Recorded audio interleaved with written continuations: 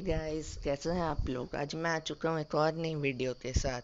और इस वीडियो में मैं आप लोगों को ऐसी चीज़ दिखाने वाला हूँ जो आप घर में आसानी के साथ बना सकते हैं।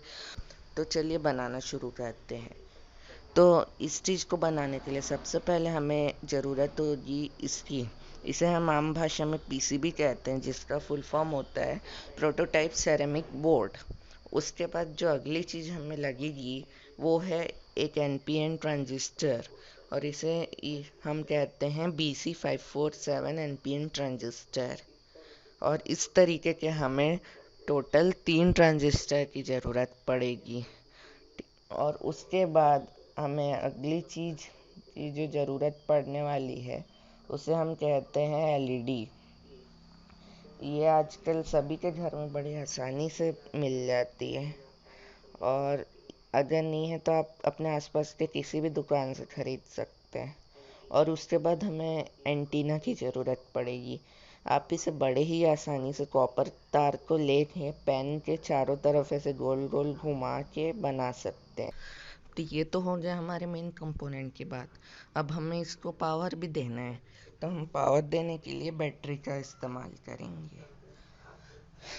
तो आजकल मार्केट में बहुत सारी बैटरीज अवेलेबल है, जैसे lipo battery, lithium ion battery. पर हम इस प्रोजेक्ट में 9 वोल्ट की जो बैटरी आती है उसका इस्तेमाल करेंगे। और अगर वो आपके पास इस तरीके की कोई बैटरी है तो आप इसका भी इस्तेमाल कर सकते हैं। ये बैटरी 3.7 वोल्ट पे चलती है, और ये 2150 mAh की है।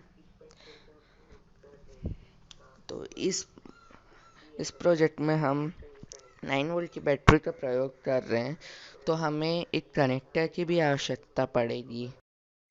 तो चलिए इसको हम बनाना शुरू करते हैं।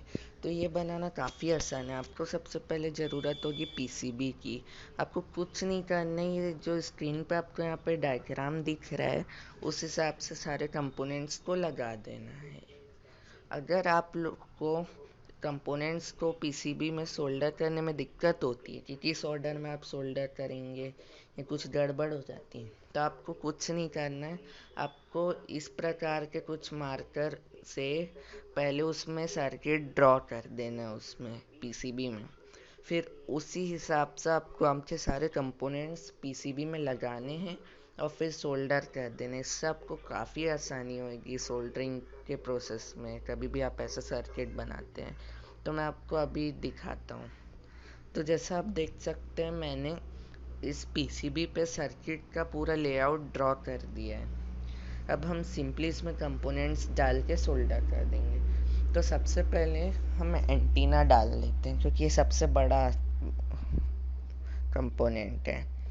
उसके बाद हम एलईडी को उसके जगह पे डाल देते हैं। उस सर्किट के हिसाब से मैंने एलईडी को वहाँ पे डाल दिया। एलईडी डल चुकी है, तो अब हम क्या करेंगे, सिंपली ये तीनों ट्रांजिस्टर को सर्किट के डायग्राम के हिसाब से इस पे डाल देंगे।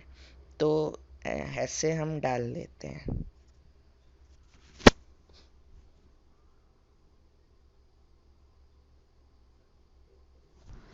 तो मैंने सारे कंपोनेंट्स इस पीसीबी पे लगा लिए। अब आपको कुछ नहीं करना है, इसके जो पीछे पिंस निकले उसको सर्किट के हिसाब से आपस में जोड़ देना है और सोल्डर कर देना है। तो मैं सोल्डरिंग का प्रोसेस आपको नहीं दिखाऊंगा, पर जैसी सोल्डरिंग होती है मैं अभी तुरंत आता हूँ वापस।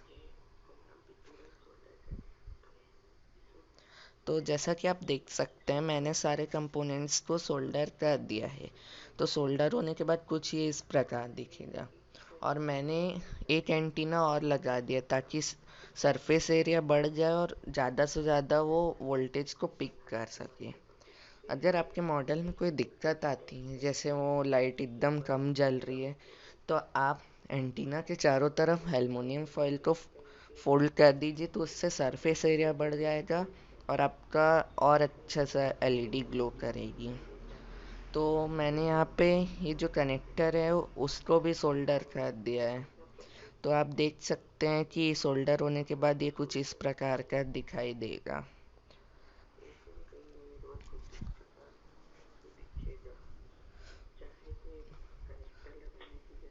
तो अब आप क्या कर सकते हैं, अगर आप ये वाली बैटरी का उपयोग करते हैं तो आप कनेक्टर की जगह डायरेक्टली वायर को बैटरी से सोल्डर कर सकते हैं। तो चलिए अब इसको हम टेस्ट करके देखते हैं। तो मैं सिंपली ये बैटरी को इससे कनेक्ट कर दूंगा। तो अब ये ऑन हो चुका है।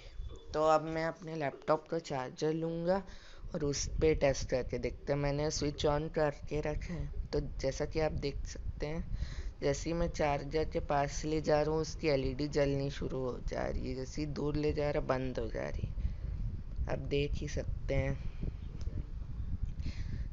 कितने अच्छी तरह से ये जलता है। जैसे ही हम पास में ले जाते हैं ये जलना शुरू हो जाता है।